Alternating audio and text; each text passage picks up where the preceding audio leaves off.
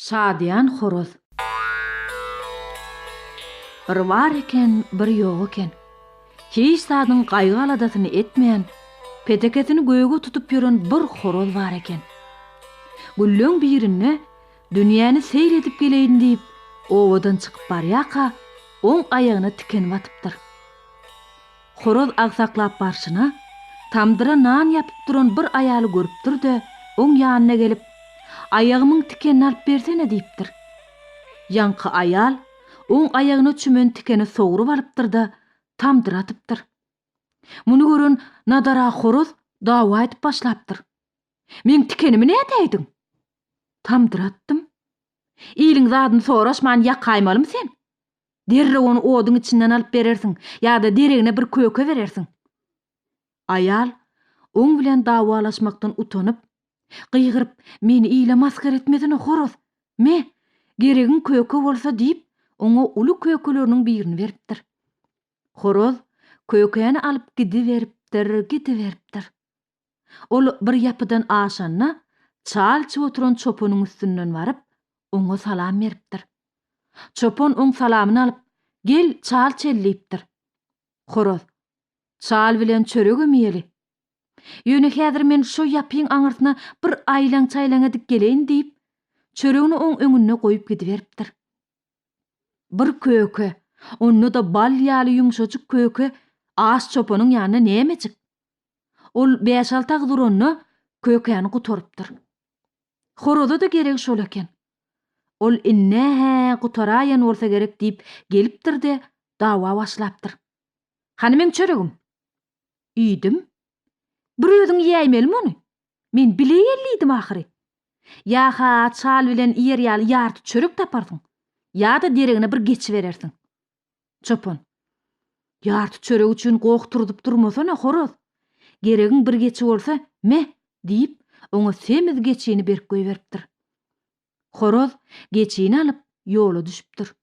Ol az ýöräp, köp ýöräp, bir owanyň çetinden barypdyr. Görse, biri toý tutupdyr da, märekeniň ýartyna nahar ýetirip bilmeýän, dogun garnaşlar bilen nireden mal tapyp bolarka diýip maslahatlaşyp durmuş. Horoz oňa, "Bu töwerekden mal tapmak başartmaz. Şu geçini soýaýyn. Menem garnymy doýuraryn" diýip, oňa geçisini beripdir de, özü owadan çykyp gidipdir. Agyr märekäň ýanyna bir geçiň dagy nämejik. Onu derrew iýip gutorypdyrlar. Horoz bolsa şu gidişine toý sowlan soň gelip dawa başlapdyr. "Hany men geçiň?" "Soý diýdiň, soýdyk, iýdik." "Soýup iýiň diýlenine hemmesin iýäýmelimi? Insabyňyz nirede? Hany men paýym? Ýa-ha meni geçiň etinden doýurarsyň, ýa-da alan geliniňizi maňa berersiňiz." Toý eýesi iýgenip, onu köşeşdirjek bolupdyr. "Nadara horoz ekeniň. Paýyň iýjek bolsaň, owary bolup gitmeýän sokulyp otursaň bolmadymy iýil deňine?" Horoz bujaga sözler bilen köşeşer ýaly dälmiş. Ol gaýta beýik ýere çykyp, "Ay halaýyk, bu adamdan men hakymy alyp bereweriň" diýip, barha beter gıygyrmaga başlapdyr.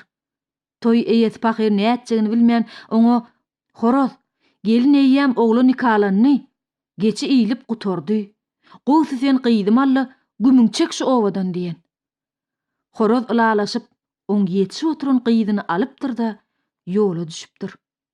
Şu gidişine ol bir çoponyň goşunyň üstünden barypdyr. Görse, çopon bulan baranyny duýman duwtar çalyp oturmuş. Duwtaryň owazy horoza gaty ýarapdyr.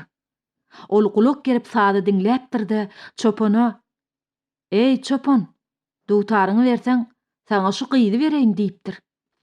Aýaly gyýdy göz düşen çopon, "Wah, geregiň şu bolsun" diýip, horoza duwtaryny beripdir de gyýdy bagyna basypdyr. Horoz bolsa düzülügi duwtary eline alyp, bir tikene bir köke kelek geçi, kelek geçe bir geline bir duwtar diýip aýdym aýtmaga başlan. Şu günden bäri gör näçe ýüz ýyllar geçipdir bolýan. O horoz henidem şol aýdymda gıygyryp görmüş diýerler.